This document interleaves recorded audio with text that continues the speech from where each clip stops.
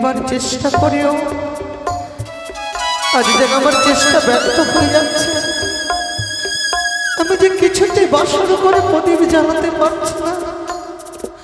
না ওই না শীতরের দীপি রইল জলবাসর ঘরে।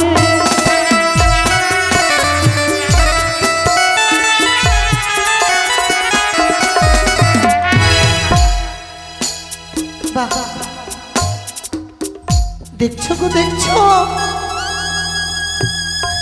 আজ আমার স্বামী অভিমান করে পালঙ্ক পরিত্যাগ করে মাটিতে ঘুমিয়ে আছে। ওগো তুমি আমাকে আজ যা সাজা দেবে আমি মস্তকে বয়ে নেব। শুধু শুধু একটিবার তুমি আমার সঙ্গে কথা বলো, একটিবার আমার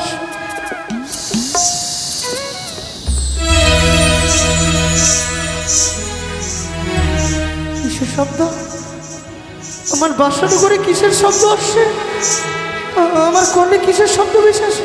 কে কে কে প্রবেশ করেছে, কোথায় কে প্রবেশ করেছে আমার বাসা?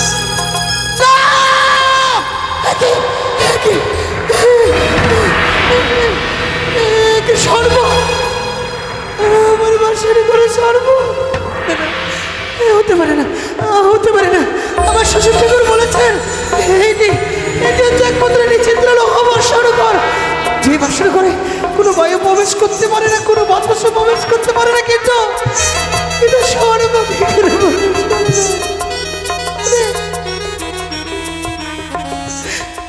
সর্বা কেন প্রবেশ করেছিস আমার বাসর ঘরে? বল না কি অপরাধ করেছি আমি? কি করেছিস?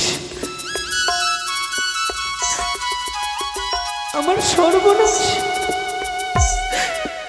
আমার স্বামীকে ধ্বংসন করেছিস।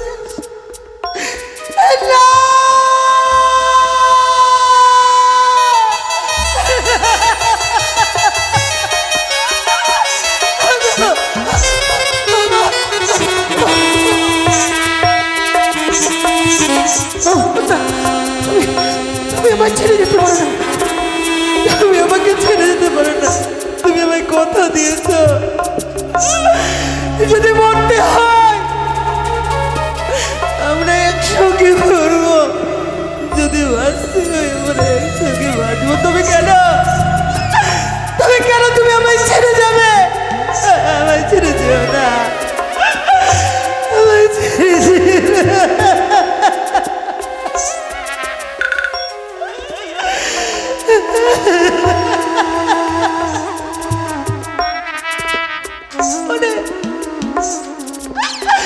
অনেক কাল লাগেনি কেন আমার স্বামীকে তুই আমার কাছ থেকে কিনে নিলি? প্রতিদিনে যে সতীর কোনো গতি নেই, আমার স্বামীকে যখন দংশন করেছিস আমি দংশন কর, আমি বেঁচে থাকতে চাই না।